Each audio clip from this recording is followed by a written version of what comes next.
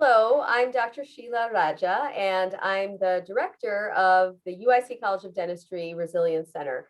And I'm delighted today to have Shafak Yousif, who is one of our AS students in our College of Dentistry program, join me for a discussion about resilience. As many of you are, I think, very aware, we are almost a year into the COVID-19 pandemic. And so, many people are feeling kind of stressed and exhausted at this point. And interestingly, Shafak and I were interacting at, an informal forum, and we were talking, and she said something that really struck me. And I invited her to have a follow-up discussion with us for the Resilience Center. And, you said to me that you're somebody who's experienced war, but despite the fact that you've experienced war, in some ways, the COVID pandemic is actually different and somewhat equally stressful. And I think everybody that was listening to that discussion was like, wait, what? Oh, what do you mean by that? And so can you tell us more why you said that day? Yeah, as you said, it was like a very spontaneous response to a question you were asking. I didn't even think that I would compare the two experiences necessarily together. But when I really think about it, yeah, war is dangerous and dramatic, but there is something about COVID that is very different. The hardship comes from isolation. Even during war, we were still together. We did things together. We prayed. We prepared meal together. We faced it together. There's something to be said about like doing things on your own. It's way harder. I feel like we're all like raised in a way like love your neighbor as yourself. It's part of our being. We're meant to be connected. We're meant to do things together. So I feel the difficulty comes from that. Even as a student, I think there's something like unspoken about being together in a lecture hall. Although like you're listening to the same lecture and all that, and you're not necessarily interacting in a way, but there's something about the presence of everyone together. It gives you like almost gives you drive. Okay, everyone here sitting in this room has the same goal as I do. So I feel like that's the main difference. No, it's so true that even the nonverbal behavior of the person next to you, of like, maybe they're look confused at the same time you look confused, or they look interested, or they laugh at a joke at the same time. And we're missing all of that. And, I think it's really profound when you said we're built for connection, I think is what you said when we first had this conversation. And so how did people survive that experience? I mean, you had mentioned that there was like a couple of key points when you've been through difficult things, how you get through it. Yeah, it's just always having the other in mind, always being productive in the process. Yes, it's very difficult to go through extreme things, but when you don't see something that you can do, look at the person next to you and see what you can do for them. Some people even have been telling us as dental students, it's very brave of you to take on this role during this time, taking on a big loan, going through a graduate program, showing up every day with a good attitude, doing everything that you're meant to do. So I think that's part of courage, honestly. And courage is a character that I believe we should all seek. We should have the courage to stay connected, to do the best we can, to do our role in life. I mentioned to you one of my biggest role models is Mother Teresa, and she used to say, like, maybe what we do is as simple as a drop in the ocean, but if we don't do it, then that drop in the ocean would be missing. So I guess that's my takeout from these experiences.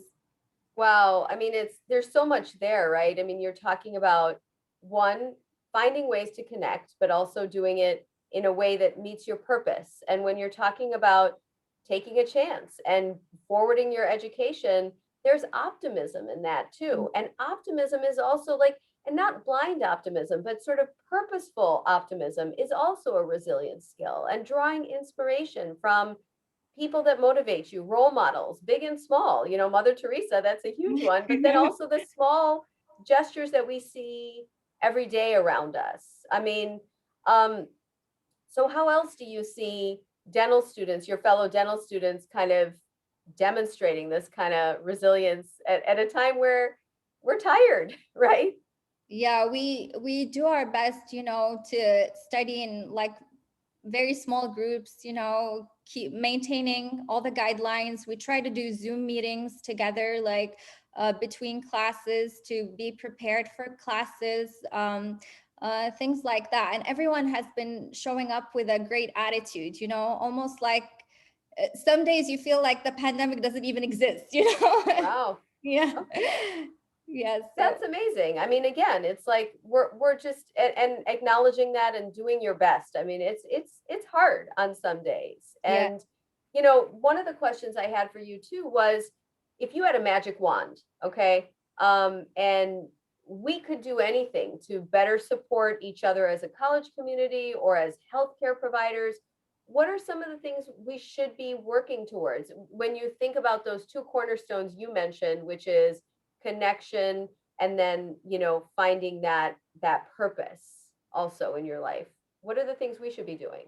Yeah, I mean, I feel like as people in situations like this, I mean, it is extremely hard, especially that we're almost hitting a year into this pandemic. I think that the best thing that we can help each other is usually in the small things, being more forgiving towards each other. I mean, sometimes one of the students are late for whatever reason. We set the operatory for them to help them so that when when they come, they can start on time. It's always the small things, being encouraging, realizing. I mean, I saw something where some people started grocery shopping for their older neighbors. um, it's always in simplicity, simple acts of kindness. I feel that's the way that we truly get through something extreme like this. Yeah, and I think when you've been through a prolonged stressor like you have, this is also a prolonged stressor. And it's easy for us to, we all started out with great intentions, right? Last March, of we're gonna do all those little things. And I'm gonna be the person that sends the card to a friend that just says, hey, how you doing? We haven't seen each other.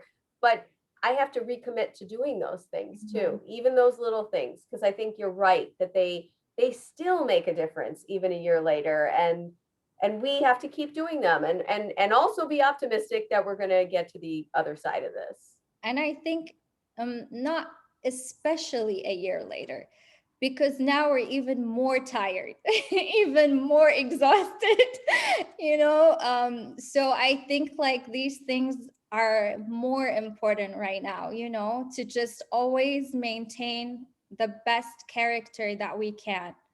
That is such a great point, especially a year later. Not just at the beginning, but especially because we're running this marathon, and we have to be optimistic that we, are towards the last legs of it, one would hope, but also that that's even more reason that we need to give each other that boost. It's kind of like, reminds me of, I'm not a runner, but it does remind me of my friends who are runners, who say you've also got to get some of your friends towards the end of that marathon, Mhm. towards the end of the mile markers, cheering you on, because that's when you really want to, quit. And maybe we all have to be each other's cheerleaders to do those nice things for each other, and help each other out. So this is good advice. Yeah, I guess the one thing that I've been thinking about is perseverance, and what that really means. So meditating on that and thinking about that, and hopefully we're all gonna get through this. Yes, yes. I appreciate this conversation, and thank you for having, this conversation. Thank you for validating that for those of us that are feeling like, wow, this is a long pandemic. This has been going on a while, and we needed that sort of extra kind of validation, I guess, that this is hard. that this is tough and that we still need to take care of each other and try to find ways to stay connected and find purpose and meaning and some optimism. I mean, I think that this has been a good reminder. So I appreciate talking to you. Thank you, doctor. Thank you for the opportunity. I really enjoyed it. Thank you. Thank you. Take Thank you. care. Stay safe. Hope to see you soon. See you soon. Bye.